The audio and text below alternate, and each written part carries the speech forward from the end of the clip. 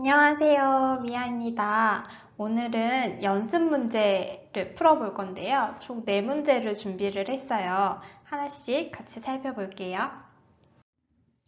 첫 번째 문제는 다음 중 화장품법 및 화장품법 시행령에 의거하여 가장 적절한 설명을 고르시오 라는 문제입니다. 1번 지문부터 보시면요. 식품의약품안전처장은 영업자에게 업무정지 처분을 하여야 할 경우에는 그 업무정지 처분을 가름하여 15억 원 이하의 과징금을 부과할 수 있다.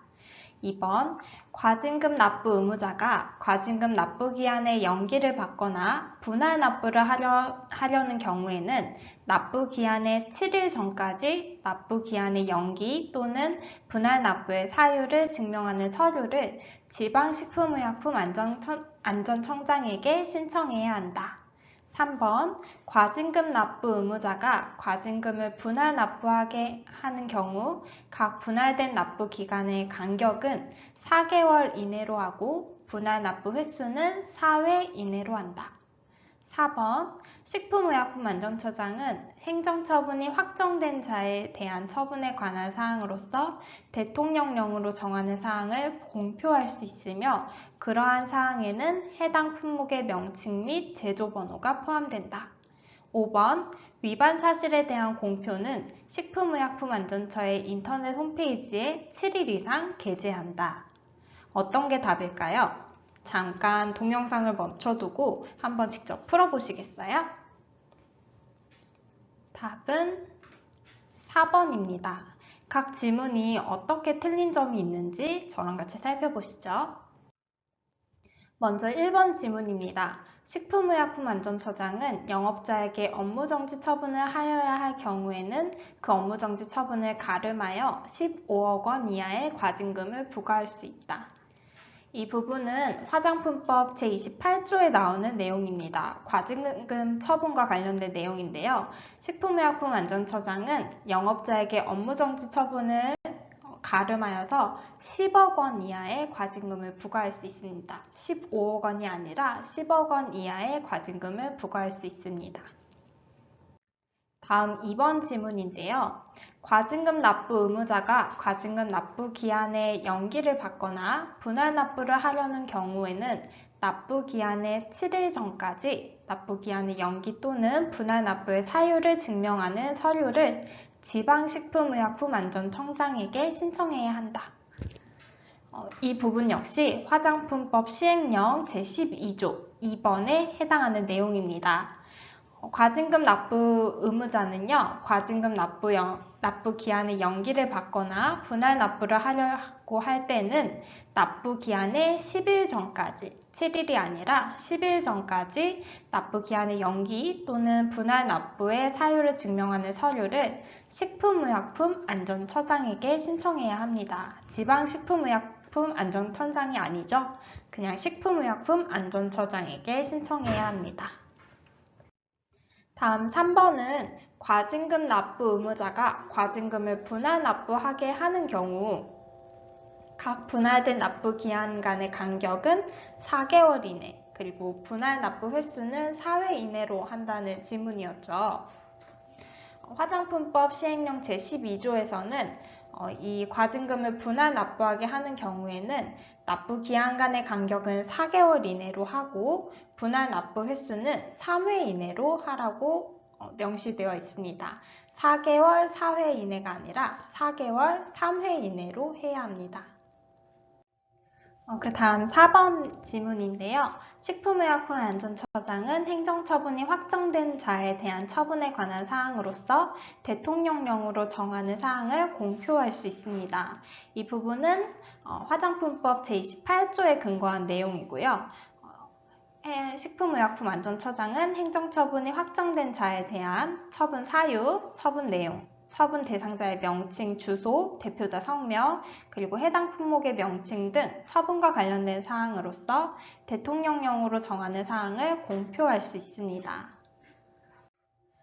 이러한 사항에는요, 화장품법 시행령에서 고시를 하고 있는데요. 제13조를 보면 이 대통령령으로 정하는 사항이 처분 사유, 그리고 처분 내용, 처분 대상자의 명칭, 주소, 대표자 성명, 그리고 해당 품목의 명칭과 제조 번호가 포함된다는 걸 확인할 수 있어요.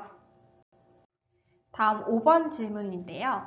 위반 사항에 대한 공표는 식품의약품안전처의 인터넷 홈페이지에 7일 이상 게재해야 한다. 어떤 부분이 틀렸을까요?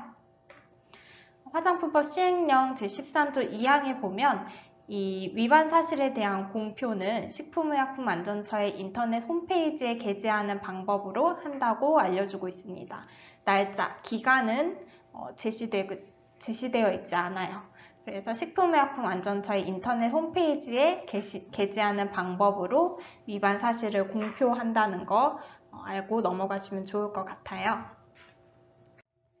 다음 문제를 보시죠. 다음은 맞춤형 화장품 조제관리사 미아와 올리의 대화입니다. 옳은 설명을 모두 고르시오라고 했네요. 어떤 대화를 나눴는지 살펴볼까요? 미아가 이번에 새로 제조한 화장품에 알로에베라 추출물을 넣어서 진정 효과를 높인 새로운 화장품을 조제했다고 합니다. 올리가 이제 화장품 기재사항만 잘 기재하면 되겠다고 말을 하네요. 문제를 보니까 화장품 기재사항과 관련된 내용인 것 같아요. 미아가 올리에게 좀 도와주라고 하면서 화장품 용량이 55ml라서 화장품에 사용된 모든 성분들을 적어야 한다고 합니다. 그리고 들어간 성분 중 제조 과정 중 제거돼서 최종 제품에 남아있지 않은 성분은 어떻게 해야 하는지 묻고 있죠. 올리가 이렇게 대답해 줍니다. 제조 과정 중에 제거되어 최종 제품에는 남아있지 않은 성분은 생략할 수 있다고 알려주네요. 또 미아가 이렇게 말하죠. 전 성분표를 만드는데 화장품 용기 크기가 작아서 글자 크기를 4포인트로 해야 될 것 같다고 말합니다. 올리가 여기 사용된 함량이 많은 것부터 기재하라고 지적을 해주죠. 이 기역, 니은, 디귿, 리을 이 문장에서 맞는 설명은 몇 개일까요? 답은 이 문제 역시 4번이 답이었습니다. 각 지문들이 어떻게 맞는지, 어떤 법에 근거해 있는 건지 같이 살펴보시죠. 먼저 기역 지문을 보시죠. 기역은 화장품 용량이 55ml라 화장품에 사용된 모든 성분을 적어야 한다고 했습니다. 저희 기재사항에서 화장품의 전 성분을 생략할 수 있는 경우가 있었어요. 화장품법 시행규칙 제13조 5항에서 그 항목을 제시를 하고 있는데요. 화장품법 시행규칙 제13조 1항과 제2항 3호에 해당하는 화장품의 제조에 사용된 성분의 기재 표시를 생략할 수 있다고 알려져요. 단, 이 생략할 때에는 모든 성분을 즉시 확인할 수 있도록 포장의 전화번호나 홈페이지 주소를 적고 또는 모든 성분이 적힌 책자 등 인쇄물을 판매업소에 늘 갖추어 두어야 하는 조건이 있었습니다. 그러면 여기 생략 가능한 시행규칙 제13조 1항에 해당하는 내용과 2항 3호에 해당하는 내용이 무엇인지 확인해 보시죠.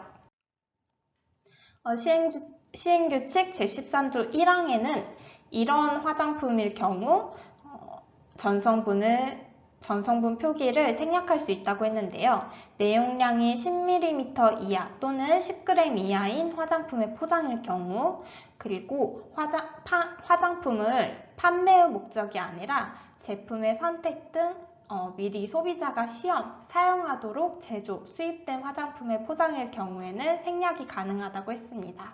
그리고 제13조 2항 3호에서는 내용량이 10ml 초과, 50ml 이하, 그리고 중량이 10g 초과, 50g 이하인 화장품의 경우에는 전성분 표기를 생략할 수 있다고 하였습니다. 그러니까 만약에 미아가 만든 화장품이 50ml 이하라면 45나 30ml로 조제를 했다면 이 경우에는 전성분을 생략할 수 있겠죠? 다음은 올리의 말인데요. 제조 과정 중에 제거되어 최종 제품에는 남아있지 않은 성분은 생략할 수 있다고 했습니다. 맞는 표현이죠. 그 외에도 생략할 수 있는 성분들이 있었어요. 시행규칙 제13조 2항에서 알려주고 있는데요. 먼저 제조 과정 중에 제거되어 최종 제품에는 남아있지 않은 성분, 올리가 말한 내용이죠. 그리고 안정화제, 보존제 등 원료 자체에 들어있는 부수 성분으로서 그 효과가 나타나게 하는 양보다 적은 양이 들어있다면 이 성분 역시 생략할 수 있었습니다. 그리고 방금 살펴봤던 내용인데요. 내용량이 10ml 초과, 50ml 이하 또는 중량이 10g 초과, 50g 이하인 화장품의 경우에는 다음 성분을 제외한 성분은 생략할 수 있었는데요. 어떤 성분들은 꼭 기재를 해야 했을까요? 먼저 타르색소, 금박, 샴푸와 린스에 들어있는 인산염의 종류, 그리고 과일산, 아하죠. 과일산, 기능성 화장품의 경우 그 효능 효과를 나타나게 하는 원료, 그리고 마지막으로 식품의약품안전처장이 사용 한도를 고시한 화장품의 원료의 경우에는 꼭 기재를 해주셔야 하고요. 이것들을 제외한 성분은 내용량이 10ml 초과, 50ml 이하일 경우에는 생략할 수 있습니다. 다음 마지막 디귿과 리을. 글자 크기를 4포인트로 해야 될 것 같아. 그리고 리을에서는 사용된 함량이 많은 것부터 기재해야 한다고 했는데요. 먼저 디귿, 리아가 말한 부분은 틀렸죠. 5포인트 이상으로 기재해야 합니다. 올리가 말한 내용은 맞았어요. 이 점은 화장품법 시행규칙 별표 4에서 다루고 있습니다. 화장품 포장의 표시 기준 및 표시 방법에서 다루고 있는데요. 글자 크기는 5포인트 이상으로 해야 한다는 거, 그리고 화장품 제조에 사용된 함량이 많은 것부터 기재 표시해야 한다는 거. 단 1% 이하로 사용된 성분, 또 착향제, 착색제는 순서에 상관없이 기재 표시할 수 있습니다. 이 다만이라는 부분을 꼭 기억해 주시면 좋을 것 같아요. 다음 문제는요. 한 화장품 회사의 홈페이지 게시판 내용입니다. 게시물의 답변 중 옳은 것을 고르라고 했네요. 하나씩 살펴볼까요? 먼저 1번입니다. 임신 중인데 외음부 세정제를 사용해도 될까요? 라는 질문을 남겼습니다. 답변으로 네, 분만 직전에 산모가 아니라면 사용하셔도 괜찮습니다. 라는 답변을 달아줬죠. 2번은 저녁에 제모 후 다음날 향수를 뿌려도 될까요? 이러니까 답변으로 네, 사용 직후가 아니라면 사용하셔도 괜찮습니다. 라는 답변을 달아주었습니다. 3번은 이틀 전에 펌을 했는데 염색약을 사용해도 될까요? 라는 질문에 사용하지 마십시오. 연모 전후 1주간은 파마, 웨이브 금지로 주의사항을 기재해 놓았습니다. 파마를 하신 후 일주일 뒤 사용하시기 바랍니다. 라고 답변을 달아주었습니다. 4번은 염색하고 남은 염색약이 버리기 아까운데 보관했다가 다시 사용해도 되나요? 라고 질문을 했죠. 답변으로 네, 직사광선과 공기와 접촉을 피해서 서늘한 곳에 보관하면 된다고 답변을 달아주었네요. 5번 질문은 시간이 안 돼서 헤어 스트레이너 구매 후 사용을 못하고 있는데 어떻게 보관해야 할까요? 라는 질문에 섭씨 15도 이하의 직사광선이 닿지 않는 장소에 보관하고 혹시 개봉하셨다면 7일 이내에 사용하시기 바랍니다. 라고 답변을 달아주었습니다. 이 게시물 중 옳은 답변은 무엇일까요? 네, 3번이 맞는 답변이었습니다. 각 지문이 어떻게 틀렸는지 또 저와 함께 살펴보시죠. 먼저 1번 지문인데요. 임신 중인데 외음부 세정제를 사용해도 될까요? 라는 지문이었어요. 개별사항 주의사항에 저희가 공부를 했던 내용인데요. 외음부 세정제 화장품법 시행규칙 별표 3에서 다루고 있죠. 외음부 세정제는 정해진 용법과 용량을 잘 지켜서 사용을 해야 하고요. 만 3세 이하의 영유아에게는 사용해서는 안 됩니다. 그리고 임신 중에도 사용하지 않는 것이 바람직하고 분만 직전에 외음부 주위에 사용하지 말라고 했습니다. 그리고 프로필렌 글리콜을 함유하고 있으므로 이 성분에 과민하거나 알레르기 병력이 있는 사람이라면 신중히 사용할 것을 주의사항으로 기재해 두라고 했죠. 질문에서 임신 중이라고 했으니까 안내할 때 사용하지 않는 것이 바람직하다고 안내해 주는 게 맞는 설명이겠죠? 다음은 저녁에 제모 후 다음날 향수를 뿌려도 될까요? 라는 질문이었어요. 이 제모제와 관련된 사용시 주의사항에 보면 땀 발생 억제제, 향수, 수렴 로션은 사용 후 24시간 후에 사용을 하라고 했죠. 그러니까 사용 직후가 아니라면 사용해도 된다는 안내는 잘못된 안내입니다. 24시간 후에 사용할 수 있도록 안내해 주어야겠죠. 다음은 이틀 전 펌을 했는데 염색약을 사용해도 될까요? 라는 질문이었어요. 여기는 맞게 설명을 했었는데요. 화장품법 시행규칙 별표 3 사용시 주의사항에 탈염 탈색제의 주의사항을 보면 눈썹, 속눈썹에는 위험하므로 사용하지 말라고 안내를 했고요. 또 면도 직후에는 사용하지 말라고 안내를 했습니다. 그리고 사용을 전후하여 일주일 사이에는 퍼머넌트 웨이브 제품 그리고 헤어 스트레이너 제품을 사용하지 말아달라는 안내가 있기 때문에 일주일 뒤에 사용하라는 안내가 적절하겠죠? 다음은 4번 질문입니다. 염색하고 남은 염색약이 버리기 아까운데 보관했다가 다시 사용해도 되나요? 라는 질문에는 어떤 답변을 달아주어야 할까요?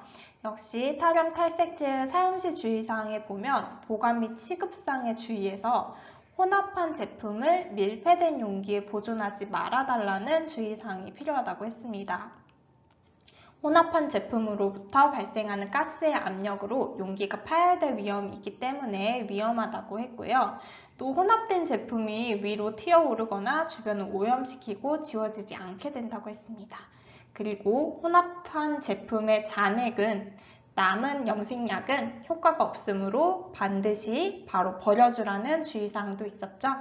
또 용기를 버릴 때에는 뚜껑을 열어서 버려주라는 주의사항도 있었습니다. 따라서 이 질문에는 혼합한 제품의 잔액에는 효과가 없기 때문에 반드시 바로 버려달라는 안내가 적절하겠죠?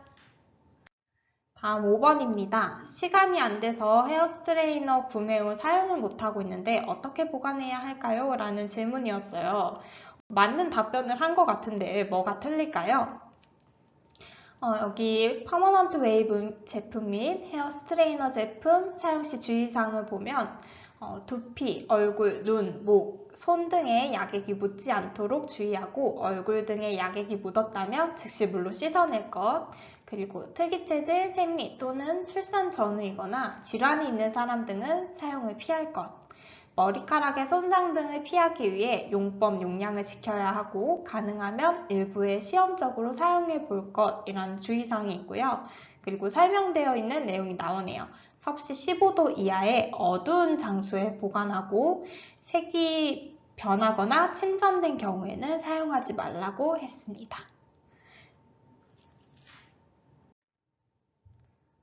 그리고 개봉한 제품은 7일 이내에 사용하라고 올바르게 안내를 했죠. 여기 섭씨 15도 이하의 직사광선이 닿지 않는 장소에 보관하라는 부분이 틀린 설명이었던 것 같아요.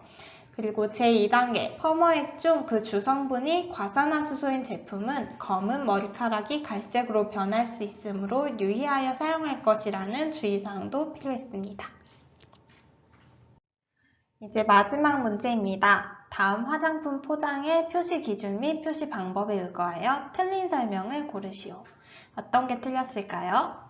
먼저 1번 질문입니다. 화장품의 포장에 영업자의 주소로 반품 교환 업무를 대표하는 소재지를 기재 표시해야 하였다. 또 2번 질문입니다. 세 곳의 제조소에서 제조된 화장품의 포장에 최초 공정 제조소 상호 및 주소만을 기재하였다. 3번 미국에서 수입해온 화장품의 포장에 추가로 기재 표시하는 제조국의 명칭, 제조회사명 및 그 소재지를 국내 화장품 제조업자와 구분하여 기재 표시하였다. 4번 화장품 내용물을 용량으로 포장의 1차, 2차 포장 무게를 포함하지 않은 용량을 기재 표시하였다.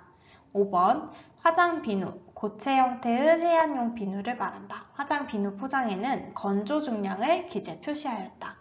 어떤 질문이 틀린 질문일까요? 틀린 설명일까요? 5번이 틀린 설명이었습니다. 먼저 1번 화장품의 포장에 영업자의 주소로 반품 교환 업무를 대표하는 소재지를 기재 표시할 수도 있고요. 또는 화장품법 시행규칙 별표 4에서 알려주는 것처럼 등록 필증 또는 신고 필증에 적힌 소재지를 기재할 수도 있습니다. 둘 다 기재할 수 있는 소재지로 틀린 사항이 없죠. 다음 2번입니다. 세 곳의 제조소에서 제조된 화장품의 포장에 최초 공정 제조소의 상호 및 주소만을 기재하였다. 맞는 설명이죠. 시행규칙 별표 4에 보면 영업자의 상호 및 주소 내용 중에 공정별로 2개 이상의 제조소에서 생산된 화장품의 경우에는 일부 공정을 수탁한 화장품 제조업자의 상호 및 주소의 기재 표시를 생략할 수 있습니다. 적지 않아도 된다는 거예요. 그러니까 최초 공정 제조소의 상호 및 주소만을 기재한 사항도 올바른 설명입니다. 다음은 미국에서 수입해온 화장품의 포장에 추가로 기재 표시하는 제조국의 명칭, 제조회사명 및 그 소재지를 국내 화장품 제조업자와 구분하여 기재 표시하였다. 이것도 옳은 설명이죠. 다음 4번, 5번인데요. 화장품의 내용물의 용량에 포장의 1차, 2차 포장 무게를 포함하지 않은 용량을 기재 표시하였다. 맞는 내용입니다. 단 이 경우에 화장 비누라면 시행규칙 별표 4에서 알려주는 것처럼 수분을 포함한 중량과 건조 중량을 함께 기재 표시해야 합니다. 5번 지문에서는 건조 중량만 기재 표시하였죠. 하지만 수분을 포함한 중량 역시 함께 기재 표시해 주어야 합니다. 이렇게 저랑 함께 네 문제를 살펴보았는데요. 저희가 열심히 공부할 때는 아마 법의 지문 자체를 열심히 공부를 하셨을 거예요. 하지만 문제에서는 이게 실제 사람 이름과 함께 어떤 상황인지 설명되고 여기서 옳은 상황과 틀린 상황을 고르라고 하기 때문에 법에 있는 내용을 적용하기가 굉장히 어려울 수 있어요. 그렇기 때문에 이러한 문제들을 많이 풀어보시고 또 익숙해지도록 하시면 좋을 것 같습니다. 오늘 저랑 함께 살펴본 문제는 여기까지고요. 다음 강의에서 또 뵐게요. 안녕!